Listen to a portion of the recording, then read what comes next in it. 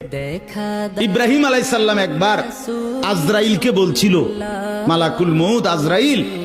নাফরমানের জান কবজ করবার সময় তুমি যেই চেহারাটা হয় তোমার, ওটা আমার একটু দেখাও। মালাকুল মউত আজরাইল বলছিল, হে আল্লাহর নবী, কসম আপনি এটা দেখতে চাইেন না, আপনি সহ্য করতে পারতেন। ইব্রাহিম আলাইহিস সালাম বললেন, না মা আজরাইল, আমি এটা দেখুমই, তুমি আমারে দেখাও একটা নজর।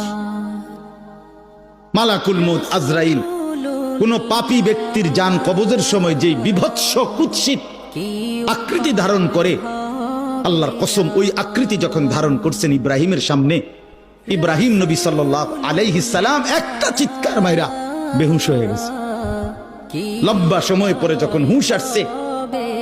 আমি নিজে পড়ছি কিতাবে, আরবি কিতাবে, ইব্রাহিম আলাইহিস সালাম আল্লাহকে বলছে, আয় আল্লাহ, আপনার জাতের কসম মাওলা, কোন নাফরমান পাপী তার কবরের আযাব, আখিরাতের আযাব, জাহান্নামের আযাব কিছুই লাগবে না, শুধু মালাকুল মউত আজরাইলের এই বিভৎস দৃশ্য যদি সে একবার দেখে, তো তার ৬০ বছরের নাফরমানি